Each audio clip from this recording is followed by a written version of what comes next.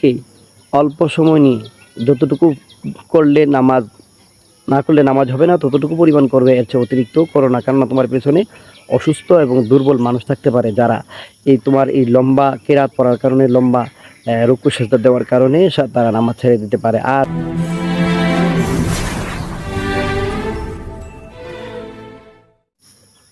আসসালামু আলাইকুম ওয়া রাহমাতুল্লাহি ওয়া বারাকাতুহু ওয়া মাগফিরাহ। সম্মানিত ভিউয়ার্স, আজকে আপনাদের মাঝে সুন্দর একখানা হাদিস মোবারকের বিশ্লেষণ বা আলোচনা নিয়ে উপস্থিত হয়েছি, যেটা বেশিরভাগ আলেম ওলামাদের কাজে লাগবে। আমরা আলেম ওলামারা অনেকেই জানি এবং সবাই জানি, এরপরও জানার কোনো শেষ নেই।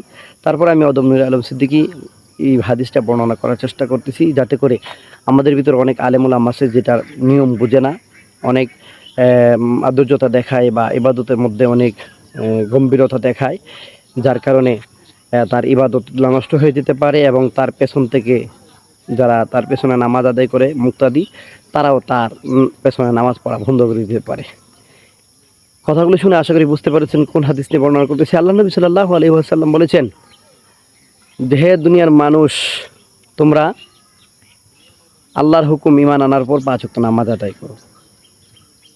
আর সেই 5 ওয়াক্ত নামাজ আদায় করতে হলে যা সকল মুসলমানরা আজান হওয়ার পর মসজিদে চলে যাবে, ওখানে যাওয়ার পর ইমামের পিছনে ইক্তেদা করে ফরজ নামাজগুলো আদায় করবে। এবার প্রশ্ন আসলো, আল্লাহ নবীর কাছে এক সাহাবী গিয়ে উপস্থিত হয়ে বললেন, ইয়া রাসূলুল্লাহ, বৃদ্ধ সাহাবীকে উপস্থিত হয়ে বললেন, ইয়া রাসূলুল্লাহ, আমি বর্তমান অমুক ইমামের পেছনে আমি নামাজ আদায় করতে পারতেছি না জামাতের সহিত, তাহলে কি আমার গুনাহ হবে? তখন আল্লাহ রাসূল সাল্লাল্লাহু আলাইহি ওয়াসাল্লাম তার কাছে জানতে চাইলেন যে, কেন, কি হয়েছে, আপনি তার পিছনে নামাজ আদায় করতে পারবেন না কেন, কারণ কি? তখন সাহাবী জবাব দিলেন যে, অমুক যে ইমামতি করে, তার ইমামতি নামাজের ভিতরে লম্বা কেরাত পড়ে দীর্ঘ সময় দিয়ে নামাজ আদায় করে, যার কারণে আমি দীর্ঘ সময় অসুস্থ হওয়ার কারণে দীর্ঘ সময় দাঁড়িয়ে থাকতে পারি না, রুকুতে দীর্ঘ সময় দিতে পারি না, সেজদাতে দীর্ঘ সময় দিতে পারি না। এই কথা শোনার পর আল্লাহ নবী মসজিদে যাওয়ার পর সাহাবায়ে কেরামদের সামনে এই আলোচনা যখন শুরু করলেন, তখন আল্লাহ নবী অনেক রাগান্বিত হয়ে গেলেন।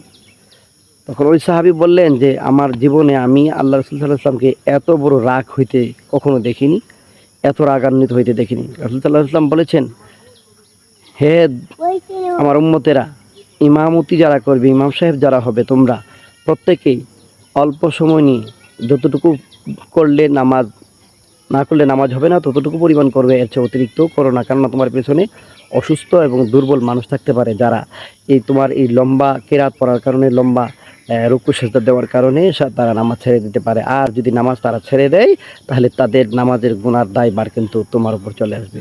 এই জন্য আমরা আলেম ভাইরা এমনভাবে নামাজ আদায় করব, যাতে নামাজের মধ্যে অধিক পরিমাণে দীর্ঘতা না হয় আর অধিক পরিমাণে তাড়াতাড়ি না হয়। মধ্যম অবস্থায় নামাজ পড়বো, যাতে করে আমার পিছনের মুক্তাদিরও সুস্থ সুন্দরভাবে নামাজখানা আমার পিছনে আদায় করতে পারে, যাতে কোনো প্রকারের অভিযোগ তারা আমার কাছে আমার ব্যাপারে না দেয়।